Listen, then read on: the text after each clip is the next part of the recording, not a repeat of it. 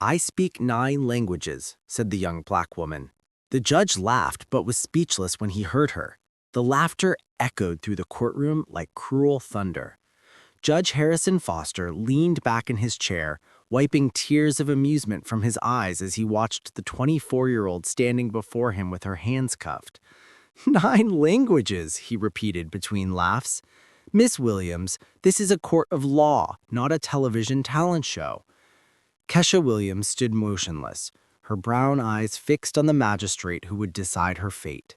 Accused of forging college diplomas to get work as a translator at multinational companies, she had been arrested at her small home on the outskirts of Atlanta 3 days earlier, in front of shocked neighbors and TV cameras that turned her misfortune into national entertainment. Prosecutor Marcus Thompson, a white man in an impeccable suit and a condescending smile, dramatically leafed through the documents on his desk. "Your Honor, the defendant claims to be fluent in English, Spanish, French, Mandarin, Arabic, German, Russian, Japanese, and Portuguese. She only has a high school education and grew up in a housing project. The fraud is obvious." "It's true that I don't have any college degrees," Kesha said calmly, surprising everyone in the room. Most defendants remain silent during preliminary hearings. "But that doesn't mean I lie about what I can do." Judge Foster raised an eyebrow, his amusement turning to irritation. "Miss Williams, I suggest you stop prolonging this embarrassment. We have evidence that you charged thousands of dollars for services you clearly could not provide." "With all due respect, Your Honor," Kesha replied, her posture straight despite the handcuffs. "You are judging me without hearing me out.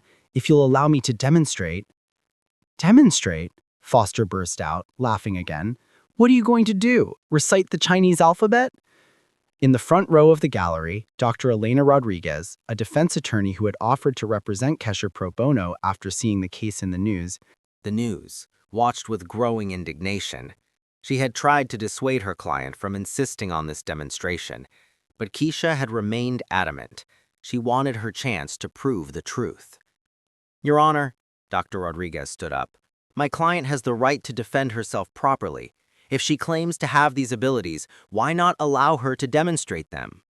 Foster adjusted his glasses, clearly annoyed because it's ridiculous. "Dr. Rodriguez, look at her. A young black woman, no higher education, raised in the suburbs. How the hell would she speak 9 languages?" The silence that followed was deafening. Journalists in the gallery exchanged shocked glances. Some members of the jury shifted uncomfortably in their seats. The racist comment had been said aloud, recorded, broadcast live, but Keisha showed no surprise. Her eyes narrowed slightly, and for a moment, something dangerous flashed in her gaze. Not anger, but still cold determination. It was the expression of someone who had faced the same doubt thousands of times before and developed infinite patience to prove others' ignorance. "Your Honor," she said with a calmness that made the air in the room seem thicker, "you have just proven exactly why I am here. Not because I lied about my abilities, but because I live in a world that refuses to believe that people like me can have extraordinary talents." Foster frowned, realizing he had stepped on dangerous ground. But it was too late. The cameras had captured everything, and something in Keisha's tone suggested that she wasn't just another desperate defendant trying to escape fair charges. It was as if she were guarding a secret too powerful to reveal before the right time, patiently waiting for the system to dig its own grave of prejudice and ignorance.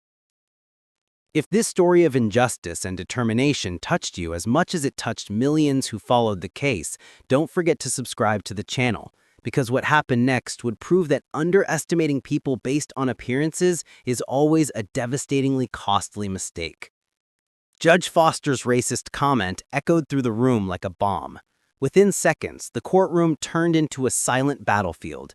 Journalists typed frantically, lawyers whispered among themselves, and on social media, the clip was already spreading like wildfire. "Your Honor," Dr. Rodriguez stood up again, her voice sharp, "I request that this comment be removed from the record and a public apology be made to my client." Foster adjusted his robe, clearly irritated at being confronted. "Dr. Rodriguez, I merely expressed a statistical reality. How many people of that socioeconomic background actually master 9 languages? Let's be practical. Keisha remained motionless, but something changed in her breathing. Her fists clenched subtly inside the handcuffs, and for a moment, her eyes closed as if she were accessing some distant and powerful memory. Prosecutor Thompson took advantage of the moment of tension to intensify his attack. Your Honor, we have here 3 multinational companies that hired the defendant's services. Global Tech lost a $2 million contract due to incorrect translations from English to Mandarin. Diplomatic Solutions had legal documents rejected by embassies due to grotesque errors in French and Arabic. He waved a stack of papers dramatically. And most seriously, the International Aid Foundation had its humanitarian proposal rejected by the UN because the Russian translations were so bad they looked like a joke. This is not just fraud. It is sabotage of organizations trying to help people in need. Each accusation was like a public stab in the back. Keisha could feel the judgmental glances from the gallery, the weight of disbelief, the automatic assumption of guilt that always accompanied people like her. But there was something strange about her reaction. She didn't seem surprised, just sad, as if she knew exactly where these allegations were coming from. Ms. Williams, Foster leaned forward, his voice taking on a false paternal tone. You have a chance here to admit your mistakes, accept a plea bargain, and perhaps receive a lighter sentence. Stop this charade and be honest. It was then that Keisha opened her eyes and did something that surprised everyone in the courtroom. She smiled. Not a bitter or defeated smile, but a smile that carried knowledge. The kind of smile someone wears when they know something others don't. Your Honor, she said calmly, may I ask a question about these companies that are accusing me? Thompson frowned. What kind of question? I would like to know when exactly Global Tech realized that my translation was incorrect. Was it before or after they found out that I didn't have a college degree? An uncomfortable silence fell. Thompson quickly leafed through his papers. That's irrelevant. And Diplomatic Solutions, Keisha continued, her voice gaining strength. Did they reject my work before or after they found out I grew up in Mechanicsville? Mechanicsville was Atlanta's poorest housing project, known nationally for its crime and social neglect. The mention of the name made several members of the jury shift uncomfortably. Dr. Rodriguez saw where her client was going and stood up. Objection, Your Honor. My client is raising legitimate questions about possible discrimination. Overruled. Foster banged his gavel. The defendant's background does not justify fraud. But Keisha wasn't finished. Your Honor, you mentioned that it's statistically unlikely for someone of my background to speak 9 languages. May I ask how many people of my background you actually know? Foster's face flushed. Ms. Williams, you are testing my patience.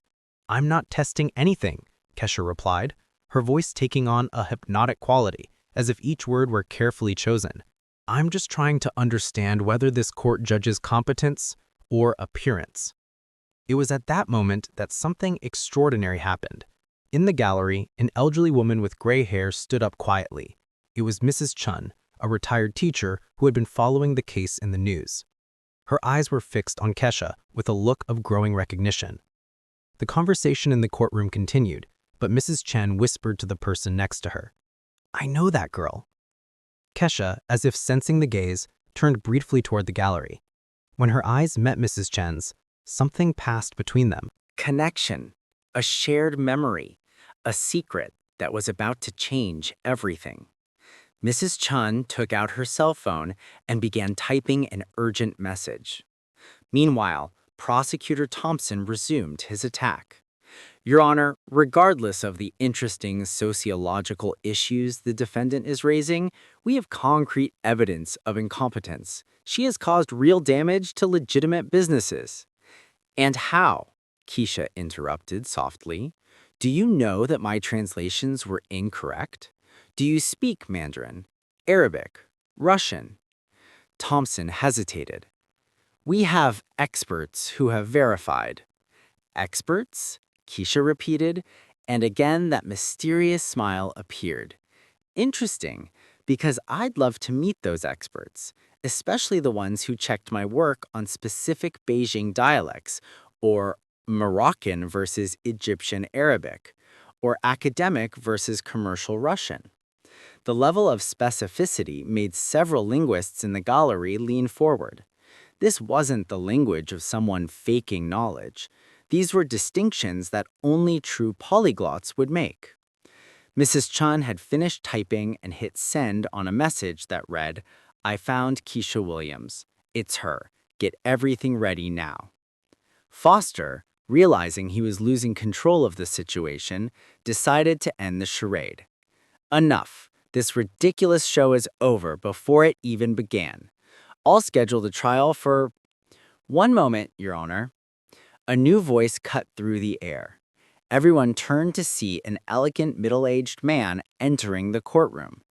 His suit was impeccable. His posture commanded respect, and in his hand he carried a leather briefcase that seemed to contain important secrets. Dr. James Morrison, retired ambassador to the United Nations, he introduced himself, walking to the front of the room. "I apologize for the interruption, but I believe I have information relevant to this case." Foster frowned. "Dr. Morrison, this is a court in session. You can't just— Your Honor, Morrison interrupted politely. I have worked with translators and interpreters for 30 years on diplomatic missions around the world, and I can attest under oath that I am personally familiar with the work of Keisha Williams. The silence that followed was absolute. Keisha looked at Morrison with an expression that was a mixture of surprise and something that could have been relief, as if a crucial piece of a complex puzzle had just fallen into place. Thompson jumped out of his chair. Objection! This man was not previously registered as a witness, but Morrison had already opened his briefcase. I have here documents from the United Nations, stamped and signed, proving that Miss Williams has worked as a freelance translator for 3 international humanitarian missions over the past 2 years. Her services were not only satisfactory, but exceptional. Foster seemed to have swallowed his tongue. Thompson frantically leafed through his papers, as if looking for a way to disqualify evidence he clearly hadn't expected. And Keisha, she simply closed her eyes again, as if accessing an inner strength she had saved for this very moment. When she opened them, there was a determination in them that made even Foster recoil slightly in his chair. "Your Honor," she said in a voice that now carried authority, "I accept your offer of a demonstration, but not here, not like this, not as a spectacle for your amusement." She paused, her eyes scanning every face in the room: the arrogant judge, the desperate prosecutor, her hopeful lawyer, and finally the gallery filled with people who had come to witness her humiliation. If this court truly seeks justice, then allow me to demonstrate not only that I speak 9 languages, but why 3 powerful companies would be willing to lie to destroy a young black woman from the outskirts who dares to compete in their world.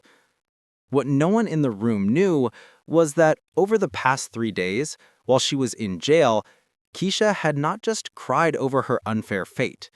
She had made calls, activated contacts, and set in motion a plan that had been years in the making.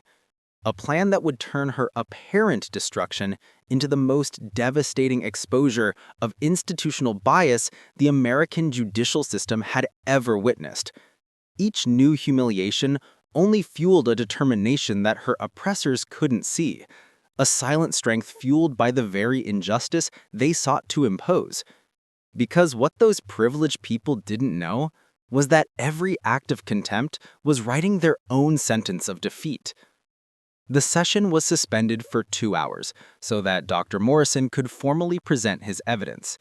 During the break, Keisha was escorted to a private room where she found not only her lawyer, but 3 people she did not expect to see. Mrs. Chun, the retired gallery teacher, was sitting next to a young Asian man in his 30s who was typing furiously on a laptop. At the other end of the table, an elegant middle-aged black woman was organizing documents with military precision. Keisha, Mrs. Chun stood up, her eyes shining with tears of pride. You've grown so much. Do you still remember the Mandarin classes at the community library? The memory hit Keisha like a bolt of lightning.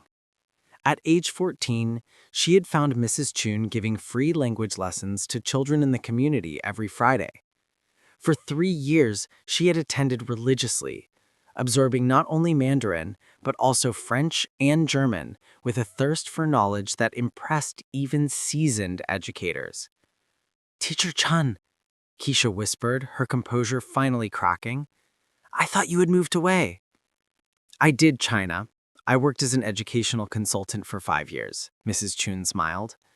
And do you know who I recommended as a freelance translator to several international organizations when I found out they needed someone with multiple language skills?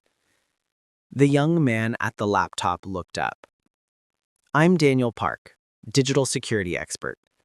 Professor Toon hired me to investigate the companies that accused you, and what we found, he swiveled the laptop screen to show a complex spreadsheet, will blow this case wide open.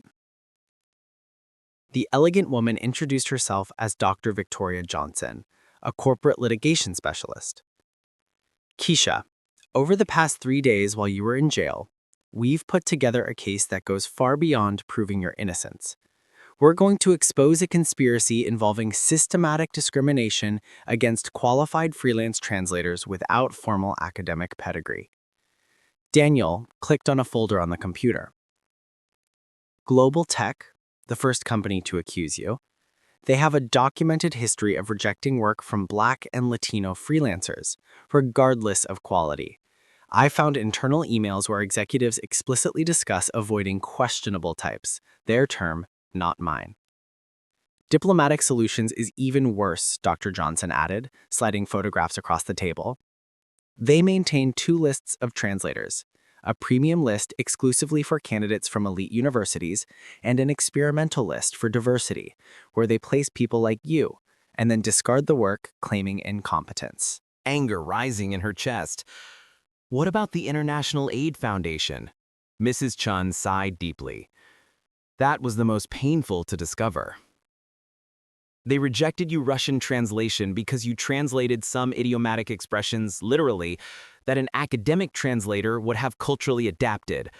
But your translation was technically perfect. It preserved the original meaning that the Russian refugees really wanted to communicate. The problem, Daniel continued, is that they preferred the academically polished version from a Harvard translator who cost 3 times as much and who turned a desperate plea from refugees into bureaucratic language. Result, the proposal was rejected by the UN for sounding artificial and disconnected. Dr. Rodriguez, who had remained silent, finally spoke up. Kesha, they didn't just lie about the quality of your work. They created an impossible standard where your cultural accuracy was turned into incompetence. Over the next hour, the group revealed to Kesha the extent of the investigation that had been conducted on her behalf. Daniel had legally hacked through public information requests and leaks from disgruntled employees, emails that showed coordination between the 3 companies to neutralize the threat of non-accredited translators who offered superior services at competitive prices. Mrs. Chun had contacted international organizations where Kesha had worked anonymously, collecting letters of recommendation and performance evaluations that completely contradicted the accusations. Dr. Johnson had identified a pattern. The 3 companies were part of an informal consortium that controlled government translation contracts, and Kesha had begun to win clients who traditionally used only their services. But most importantly, Mrs. Chin said, handing Kesha a thick envelope, you're not alone. We found 12 other freelance translators, Black, Latino, Asian, who have suffered the same kind of sabotage over the past 5 years. Kesha opened the envelope and found handwritten letters, each telling a familiar story. Exceptional talent rejected. Quality work questioned without basis. Contracts canceled after discovery of lack of formal academic credentials. You did all this in 3 days? Kesha asked, incredulous. No. Daniel smiled. Mrs. Chun has been investigating this for 2 years, ever since she learned that one of her former students had been blacklisted by a translation agency. Your case was just the catalyst to finally take action. When they returned to court, something had fundamentally changed in the atmosphere of the room. The gallery was even more crowded, but now included civil rights journalists, representatives of international organizations, and several faces Kesha recognized as freelance translators from the community. Judge Foster resumed the session with visible irritation. He had clearly used the break to research Dr. Morrison and discover that he was an internationally respected figure, not someone who could be easily dismissed. Dr. Morrison, Foster said in a forced tone of respect, I understand that you have evidence related to the defendant's competence. However, that does not invalidate the specific allegations made by the aggrieved companies. Morrison rose calmly. Your Honor, with all due respect, I believe the evidence I will present not only invalidates those specific allegations, but reveals a pattern of systematic discrimination that transforms this case from one of individual fraud to one of civil rights. Prosecutor Thompson jumped out of his chair. Objection! That is completely outside the scope. Overruled. Foster interrupted him, clearly curious despite himself. Dr. Morrison, proceed. It was then that Kesha realized the true genius of the plan that had been put together. They weren't just defending her innocence. They were turning her trial into a stage to expose an entire industry built on privilege and exclusion. Morrison activated a projector, and the first image appeared on the wall, a spreadsheet showing translation job rejection rates by professional demographics. Your Honor, during my diplomatic career, I have worked with hundreds of translators. What we have found is that translators without formal university credentials, specifically those from minority communities, have rejection rates 340% higher than their colleagues with full degrees, even when the quality of their work is objectively superior. The second image showed internal emails from Global Tech. These emails, obtained legally through whistleblowers, show explicit discussions about how to filter out undesirable elements from the pool of freelance translators. Thompson was pale, desperately leafing through his documents as if looking for a way out that did not exist. The third image was devastating, an audio recording of a Diplomatic Solutions executive meeting. In this recording, Morrison continued, relentlessly. Executives discuss how to use subjective quality standards to reject work from translators who don't fit the company profile. Kesha watched Foster, whose face had completely lost its initial arrogance. He wasn't just a judge witnessing a case of fraud. He was witnessing the live exposure of systematic discrimination that could result in federal investigations and multi-million-dollar lawsuits. And then Mrs. Chun stood up in the gallery. Your Honor, I request permission to speak as an unregistered witness. Professor Chun? Foster hesitated, clearly at a loss as to how to proceed in a case that had turned into something much bigger than he had anticipated. 15 years ago, I taught Mandarin to a 14-year-old girl at a community library. She learned in 6 months what college students take 2 years to master. Today, that young woman is being accused of fraud because people who never bothered to assess her actual talent have decided that her background makes her abilities impossible. The silence in the room was absolute. Mrs. Chun continued, her voice carrying Decades of educational authority. If this court truly seeks justice, it must ask not whether Kesha Williams defrauded her qualifications, but why an entire system conspired to invalidate talents that threatened its monopolies based on privilege, not competence. Foster looked around the room, cameras recording every word, journalists frantically taking notes, faces in the gallery watching him expectantly, and realized he had become the center of something much bigger than a simple fraud case. He had become the judge who would decide whether real talent mattered more than fabricated credentials, whether justice was blind to skin color, and whether the American judicial system was ready to confront its own hypocrisies. Under the weight of all those expectant gazes, Foster nervously adjusted his robe. What he didn't realize was that every word of contempt he had uttered earlier was being compiled into a dossier that would turn this case into the most devastating exposure of judicial bias that the American media had documented in decades, because some secrets are too powerful to remain buried, and the truth, when it finally finds its voice, it echoes in ways his oppressors could never anticipate. Foster took a deep breath, realizing he had completely lost control of the courtroom. The cameras captured every nuance of his discomfort, and he knew his prejudiced words were already going viral on social media. "Very well," he said tensely. "If you insist on this demonstration, proceed." Keisha stood in the center of the room, her handcuffs finally removed. For a moment, she simply breathed, like an athlete preparing for the performance of her life. "Your Honor, before I begin, I would like to clarify something about the companies that are accusing me." Daniel Park stood up in the gallery, activating a portable projector. The first image appeared on the wall, a WhatsApp conversation between global tech executives. This conversation was obtained legally, Keisha announced. "Look at the date, 2 weeks after they delivered my translation, which was approved by our Chinese partners. Read what they discuss." Foster adjusted his glasses, reading aloud. "She delivered perfect work, but we can't pay freelancers without a degree. We made up an excuse and we canceled." A shocked murmur rippled through the room. Thompson jumped out of his chair. "These messages could be fake." Keisha smiled. "Mr. Prosecutor, do you speak Mandarin? That's irrelevant." It's not. Keisha turned to Mrs. Chun. "Professor, could you read aloud the Chinese partner's opinion of my translation?" Mrs. Chun stood up, picked up a document, and began reading in fluent Mandarin. Her voice echoed through the room with absolute academic authority. "Now I will translate," Keisha said calmly. The Chinese partners wrote, "This is the most culturally sensitive and technically accurate translation we have received in 5 years. The translator understands not only the words, but the intentions behind them. We highly recommend her services." Foster was pale. "How can we verify that this translation is correct?" Because a new voice echoed from the doorway. "I wrote that review myself." Everyone turned to see an elegant Asian man entering the courtroom. Dr. Li Wei, Director of International Relations at the Beijing Trade Corporation. "I came from the United States as soon as I heard what was happening with Miss Williams." Dr. Li walked to the front of the room. "I have worked with Miss Williams on 3 projects. Her proficiency, not only in Mandarin, but in specific dialects from different regions of China, is extraordinary." Thompson tried one last desperate gambit.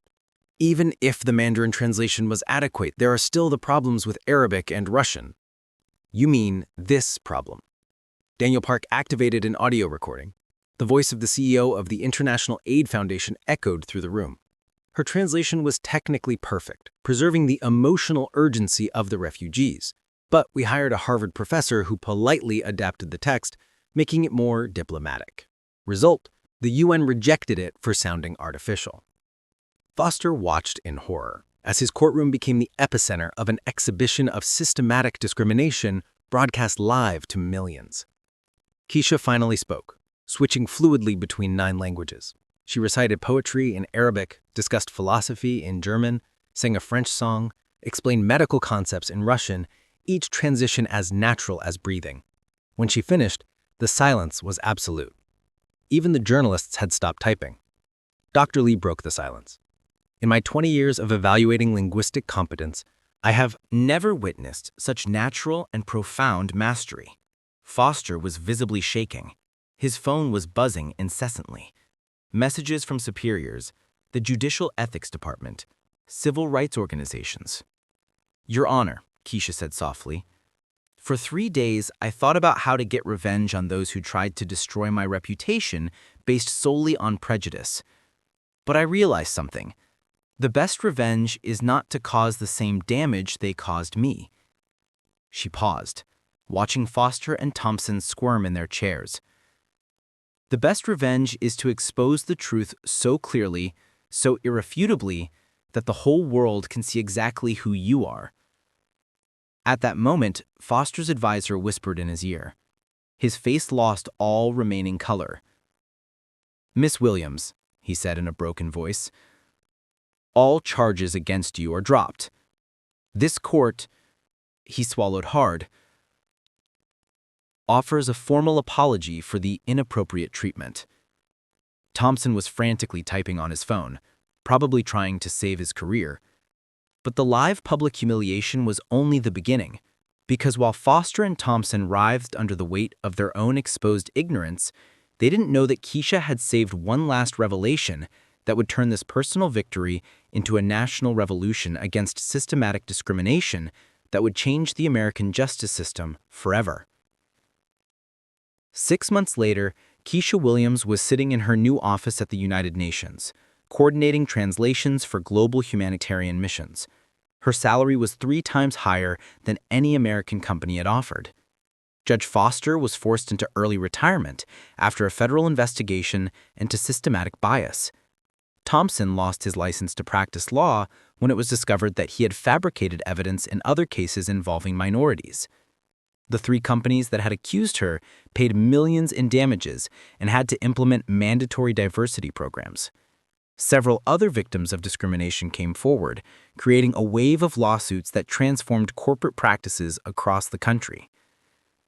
Mrs. Chun now runs the Keisha Williams Institute for Unconventional Talent, offering opportunities to bright young people without formal credentials.